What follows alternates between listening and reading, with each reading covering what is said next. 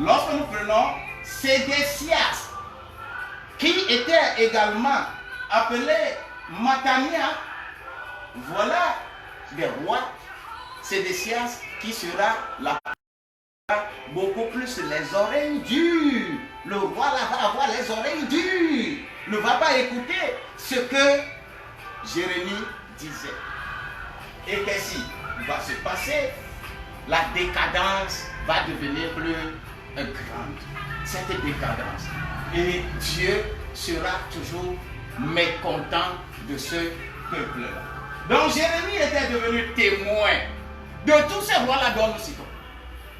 Jérémie était témoin.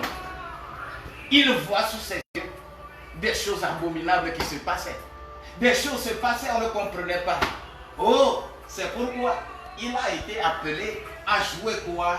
Un rôle de sentinelle. Ce rôle de sentinelle pour Dieu. Rôle de sentinelle. Tu dois jouer un rôle de sentinelle. Que l'Éternel Dieu soit avec toi. Alors, en avertissant les impies, comme nous crions tous les jours aujourd'hui, quand ta vie n'est pas bonne, on crie sur toi. Les impies, il faut les avertir. En annonçant les raisons du juste. Parce que si quelqu'un fait bien, il faut dire qu'il a fait bien. Si tu fais mauvais, on va dire que c'est normal. Un serviteur de Dieu, c'est comme ça. Il ne voit pas la couleur des gens, il ne voit pas l'appartenance à une ethnie, il ne voit pas l'appartenance à une culture, mais lui voit les choses par rapport à Dieu. Et il annonce châtiment divin. C'est comme ça qu'il joue ce rôle de sentinelle. Quel rôle de sentinelle toi tu joues maintenant? Je voudrais te dire, cette situation-là va amener des conséquences. Le fait de jouer ce rôle, le fait que Jérémie jouait ce rôle, il doit avoir nécessairement des conséquences. Nous subissons des conséquences. Mais en tant que Dieu, si tu ne veux pas subir des conséquences liées à ton œuvre, eh bien, sache-le que tu seras rejeté. C'est pour cela qu'on ne proclame pas la vérité sans réveiller l'opposition. Celui qui proclame la vérité, il réveille toujours l'opposition.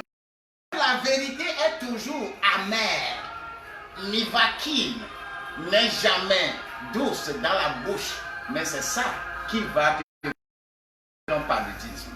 La vérité, voilà sa vérité. Jérémie proclamant cette vérité, il va réveiller l'opposition. Pourquoi il va réveiller l'opposition? Pourquoi il va réveiller l'opposition? Comment il va le faire? Suivons maintenant cette carrière mouvementée. Jérémie avait une carrière mouvementée, très mouvementée. Il pleure. Pourquoi il pleure? Il est écrit là, dans Jérémie au chapitre 9, verset 1. Oh, si ma tête était remplie d'eau, si mes yeux étaient une source de larmes, je pleurerais les morts de la fille de mon peuple. Les morts de la fille.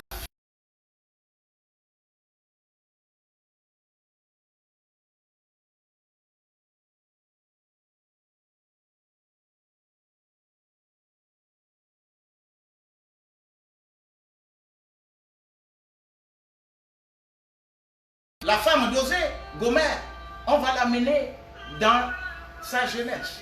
Et on va dire que je suis toujours fiancé. Je serai ton fiancé jusqu'à l'éternité. Vous voyez un peu, la fille a des problèmes. Il pleure. Pourquoi? Lesquels coups? Quand je prends Jérémie 20, au verset 2, nous allons voir que Bachou frappa Jérémie, le prophète, et le mit en prison. Et il restera là-bas, en prison, pendant longtemps. Parce que si tu es dans l'œuvre de Dieu, il ne faut pas craindre la prison. Il ne faut pas craindre la prison. Il va faire quoi? Tout le monde se moque de Jérémie. Les gens se moquaient de lui. On se moquait. On riait de Jérémie. Comme on avait ri de l'autre aussi. Comme on avait ri de... comment on l'appelle là? Celui qui a construit l'arche pour Dieu. Noé, bien sûr. On s'est moqué de lui lorsqu'il faisait son travail. Vous voyez un peu, on s'est moqué de Jérémie. Mais dans Jérémie au chapitre 20, verset 7, là, on s'est proprement moqué de lui. Aujourd'hui, c'est comme ça on se moque de nous. On se moque suffisamment de nous. On nous dit des choses que nous ne pouvons pas accepter lorsque nous sommes dans la chair. Mais lorsque nous sommes dans l'esprit, on ne peut pas dire autre chose. Je vais faire vraiment une analogie ici. Vous savez, la situation du Togo est une situation terrible. Lorsque je vois le Monseigneur Kodro, le rôle biblique que Monseigneur Kodro a joué dans notre contexte au Togo, il s'agit bien de la position d'abord de Élie, qui était rien qu'appelé à cause de Achab et de Jézabel. Tant que Achab et Jézabel ne sont pas morts, Élie ne pouvait pas finir sa mission. La manière de se tenir devant les gens et de dire que ça c'est mauvais, il a joué vraiment le rôle de Élie. Mon Seigneur Kodjo, que le Seigneur te garde. Le deuxième rôle, c'est le rôle de Jérémie. Le fait d'être dans l'amertume, les gens se moquent de lui. Qui ne s'est pas moqué de mon Seigneur Kodjo ici? C'est l'image de Jérémie qui était là-bas. Que la grâce de Dieu accompagne quelqu'un. Il est menacé de mort. Jérémie est menacé de mort. Lorsque tu prends le verset 26, effectivement, il est menacé de mort. Mais il ne va pas mourir. Qu'est-ce que nous allons faire? L'Éternel Dieu doit nous finalement en prison. Jérémie, il sera jeté en prison. Quand vous allez lire vraiment tout le chapitre 37 de Jérémie, vous allez constater qu'il a été jeté en prison. Mais cette portion que j'ai essayé de mettre sur notre diapo ici, il s'agit bien des versets 15 et verset 16. Les chefs irrités contre Jérémie le frappèrent. Ils le mirent en prison. La maison de Jonathan, le secrétaire, car ils en avaient fait une prison. Les chefs dont on parle ici, vous savez, quand vous lisez correctement le chapitre, vous allez voir que les prêtres, les prophètes, les apôtres, les évangélistes, tout le monde était contre Jérémie. Jérémie était seul. Jérémie avait les premiers adversaires, qui étaient les gens qui pensent qu'ils étaient en train d'adorer Dieu. Bien-aimé, lorsque tu proclames la vérité, tu ne peux pas t'éloigner de ce qu'on appelle l'adversité. Je continue. Alors, à la fin de sa vie, il sera amené loin même de sa patrie. Mais dans toutes ces situations, Jérémie est demeuré la sentinelle en appelant le peuple à la repentance. Repentez-vous. Vous qui m'écoutez, repentez-vous. Dieu est le premier. Il est le premier, il est le dernier. Repentez-vous. Les libations ne peuvent pas sauver qui que ce soit. D'ailleurs, les gros médecins, aujourd'hui, ils sont inactifs devant. Les grands généraux, tout le monde est recroquevillé sur lui-même. Tous ceux qui sont aujourd'hui des les présidents des républiques, d'ailleurs, chacun est confiné dans son pays. Aucun président ne sera maintenant malade dans cette période-là et un autre pays va le recevoir, va l'accueillir. Chacun, nous sommes tous égaux devant la loi, devant la mort. Et Dieu doit nous donner la vie. Répentez-vous avant que le moment ne soit difficile.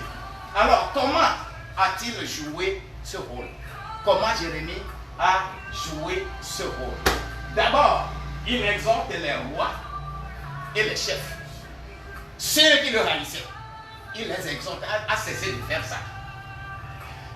Il dénonce les impies, ceux qui sont les plus dépravés, ceux qui sont allés carrément, qui sont tirés par l'apostasie, il les dénonce. Nous avons besoin de dénoncer les gens. Nous en avons besoin. Si quelqu'un dans un coin est en train de tromper les gens pour dire qu'il est en train d'adorer Dieu en faisant autre chose, nous sommes amenés à les dénoncer. C'est notre rôle. Jérémie l'a fait. Il prédit l'imminence du jugement parce que en se comportant comme ça, ils vont aller en captivité. Il n'a pas reculé devant ses adversités. Il n'a pas reculé devant ses persécutions. Il n'a pas reculé. Pourquoi toi tu recules? Enfant de Dieu, quelqu'un se moque de toi. Quelqu'un peut faire des choses dans ta vie. Et que tu recules. Pourquoi? Pourquoi tu recules? Pourquoi tu te décourages? Ne te décourage pas. Ne te décourage pas. Oui, il te prendra en bride. Que la grâce de Dieu t'accompagne. Pour tenir devant ces adversaires-là, il ne désarme pas. Ne désarme pas. Dieu nous a choisis. Et il nous a laissés sur la terre parmi les loups, les panthères, les lions, les serpents. Il nous a laissés sur la terre là. Nous devons dénoncer ce qui est mauvais. Notre patrie n'est pas ici, mais nous devons corriger ici avant d'aller au ciel. Alors, il dénonce. Pourquoi il le fait? Parce que en l'appelant, Dieu l'avait rassuré. Tu es rassuré. Tu es rassuré. Parce qu'il a dit, voici, je t'établis en ce jour sur tout le pays. Comme une ville forte. Je suis établi comme une ville forte. Que tu te réjouisses maintenant comme ça. Je suis établi comme une ville forte.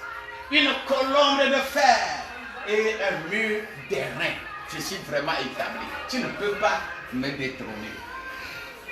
Contre les rois de Juda. Pourquoi contre les rois de Juda? Donne-moi la chose, je vais le nettoyer ici. Donne-moi ça, je vais nettoyer le visage.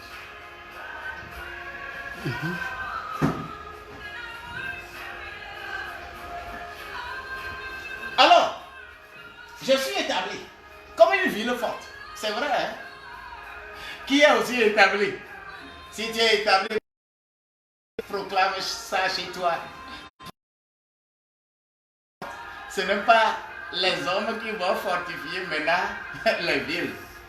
Lorsque je prends le Togo, il y a Lomé, il y a Palibé, il y a Tchélié, il y a Sokoré. Je reviendrai bibliquement. Pourquoi? Ça a commencé là-bas.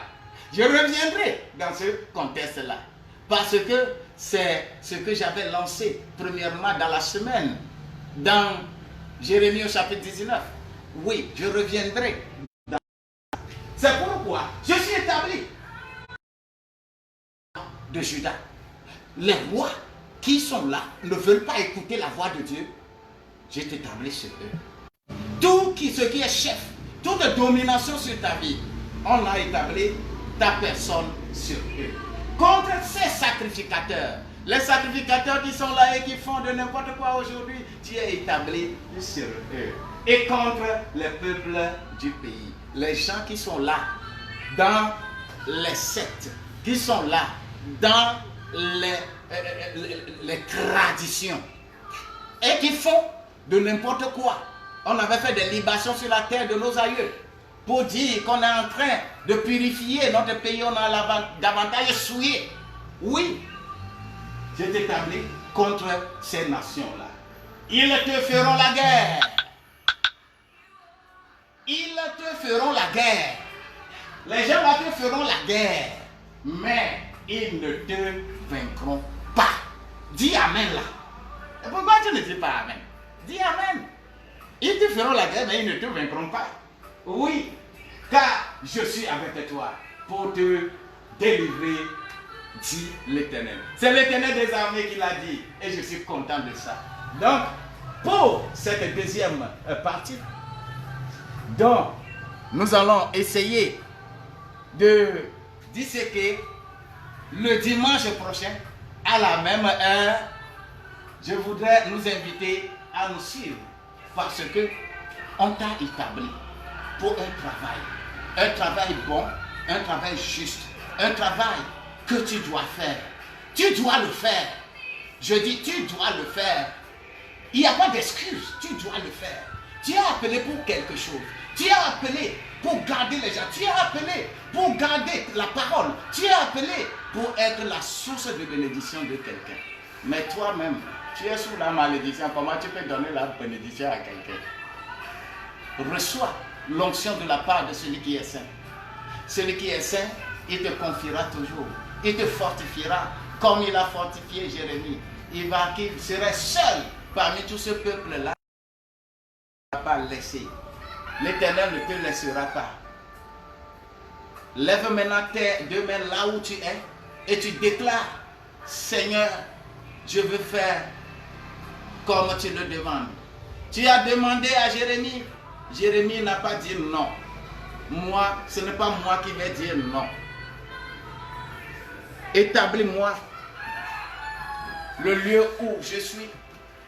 Fortifie-moi. Fais en sorte que je ne sois pas les autres. Les gens se moquent de moi, d'accord. Les gens me persécutent, d'accord. Les gens disent de mauvaises choses contre moi, d'accord. Toi, l'Éternel, tu dis de bonnes choses sur ma vie. C'est pourquoi je te confie ma vie. Déclare ces choses et je prie pour toi. Papa, j'ai prié au nom de Jésus-Christ sur la vie de celui-là, de celle-là qui est malade et qui doit être guéri. Maintenant, je prie pour toi et reçois cette bénédiction. Reçois ta guérison d'abord de ton âme, c'est-à-dire ta pensée mauvaise là est enlevée. Et maintenant, tu as une bonne pensée. Merci pour la suite. Et enfin, ensemble, nous allons terminer ce livre de Jérémie. Le dimanche qui suit, chacun apprenne quelque chose à travers ces livres. Soyez bénis. Je vous aime beaucoup, beaucoup, beaucoup. Soyez bénis.